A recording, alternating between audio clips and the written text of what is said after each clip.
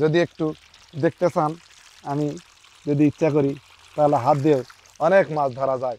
আলহামদুলিল্লাহ দেখুন, আপনারা দেখুন আমাদের মাছ ডিম থেকে শুরু করে আমরা শেষ অবধি আপনাদেরকে দেখার চেষ্টা করি।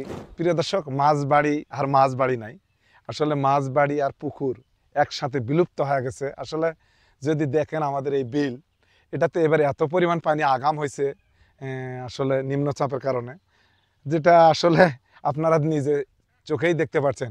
আমাদের পুকুর এবং বিল সমপরিমাণ হয়ে গেছে।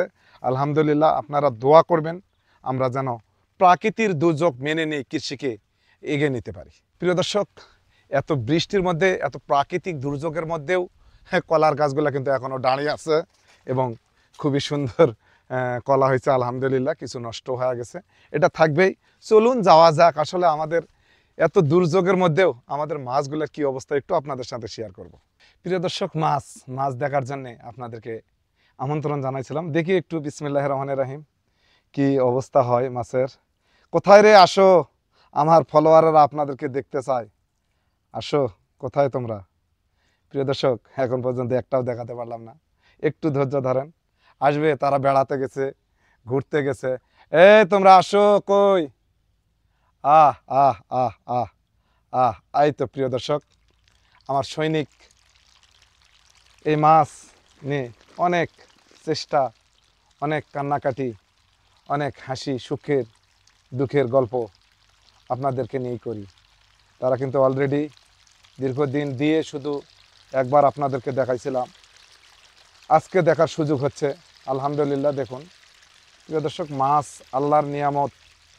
কত মাছ বাড়ে গেছে, কত মাছ নিয়ে কান্নাকাটি করছি, যদি একটু চাই, ইচ্ছা করলে হাত দিয়ে কিন্তু ধরেও দেখা যায় এই মাছ। আলহামদুলিল্লাহ প্রিয় দর্শক, এই নেশাটার সাথে জড়িত হওয়া দীর্ঘদিন অনেক অনেক ক্ষতির সম্মুখীন হয়েছি, তারপরেও ছাড়তে পারি না এই আল্লাহর নিয়ামতের। যদি একটু দেখতে চান, আমি যদি ইচ্ছা করি তাহলে হাত দিয়ে অনেক মাছ ধরা যায়। আলহামদুলিল্লাহ দেখুন, আল্লাহর সেই শ্রেষ্ঠ নিয়ামত, একটা ডিম থেকে লক্ষ লক্ষ মাছের উৎপত্তি, লক্ষ লক্ষ মাছ উৎপাদন হয়, আবার সেই মাছ গোটাল বিলে চলে যায়, মানুষ মারে, বিক্রি করে। কালকে যখন আমার সামনে মাছগুলা বিক্রি করতেছে তখন অনেক কষ্ট লাগে। যখন আবার এই মাছের উৎপাদনের দিক দেখি তখন সবই ভুলে যাই। আসলে আল্লাহর নিয়ামতকে আল্লাহ পাক এত সুন্দর করে তৈরি করছে, যেটা আপনারা না দেখলে বুঝতে পারবেন না। দেখুন, আগে আমরা বহির্বিশ্বের এরকম ভিডিওগুলো দেখতাম, মাছের উপর চড়ে খাবার খায়। পানি হওয়ার কারণে আমি মাছগুলোকে খাবার দিতে পারতেছি না বা খাবার দিচ্ছি না, একটু পানিগুলা স্বাভাবিক হোক, তারপরে হয়তো খাবার দেব। আপনারা দেখুন আমাদের মাছ ডিম থেকে শুরু করে আমরা শেষ অবধি আপনাদেরকে দেখার চেষ্টা করি, যে আপনারা দেখে নিজেরা উৎসাহ হয়ে।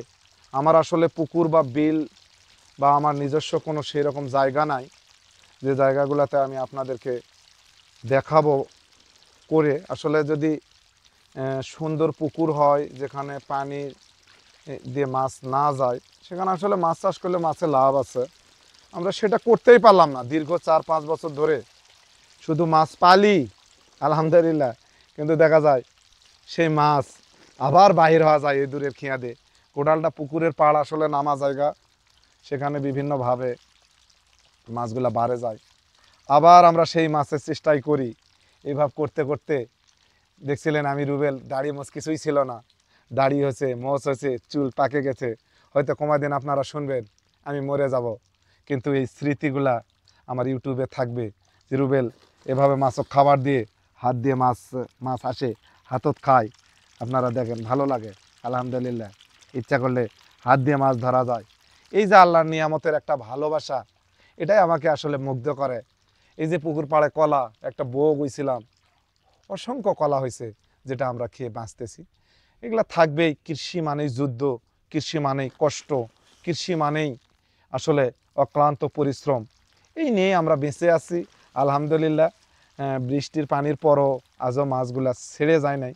শিং মাছগুলা প্রচুর পরিমাণ, 40 থেকে 45 মন মাছ আমাদের একটা টার্গেটের মাছ ছিল, সেই মাছটা গোটাল বিলে বিলুপ্ত হয়ে গেছে এবং যারা মৎস্য আরোহী তারা মাছ বিক্রি করে জীবন জীবিকার মান চালাচ্ছে। আলহামদুলিল্লাহ, তাতে কষ্ট নাই। এইভাবে আমাদের এবারকার কার্পু মাছ আছে, দেখি আল্লাহ কি করে। আপনারা দোয়া করবেন, আল্লাহ নিতেও পারে দিতেও পারে। আমরা আজকে মাছ এতটুকুই দেখালাম, আপনাদের দোয়ার প্রার্থনা করি, আপনারা আমাদেরকে দোয়া করবেন। দীর্ঘ 14 মাস ধরে শিং মাছ দেখে শিং মাছের বিক্রির একটা স্বপ্ন আপনাদেরকে দেখাইছিলাম।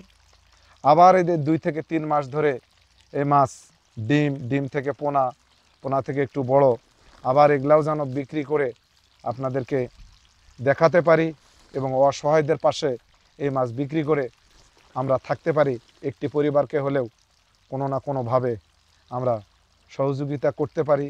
এই নিয়ামত দিয়েই ইনশাল্লাহ আপনারা দোয়া করবেন এবং আমরা অতি শীঘ্রই মাছগুলোকে খাদ্য দেওয়া শুরু করব। আসলে সামনে অনেকগুলা ধক্কল চলে যাচ্ছে, মাছগুলোকে খাবার দিলে ইনশাল্লাহ দ্রুত মাছগুলো বড় হবে এবং ইনশাল্লাহ আমাদের একটা অর্থর যোগান দেবে। এই স্বপ্ন নিয়ে মাছগুলো চাষ করতেছি। আজ এই পর্যন্ত, আবার দেখা হবে, এই মাছ নিয়ে আবার কথা হবে। সবার সুস্বাস্থ্য কামনা করি। আগামী ঈদ মোবারক। সকল মুসলিম উম্মার যেন ঈদ সুন্দরভাবে কাটে, এ আশা ব্যক্ত করে শেষ করলাম। আসসালামু আলাইকুম।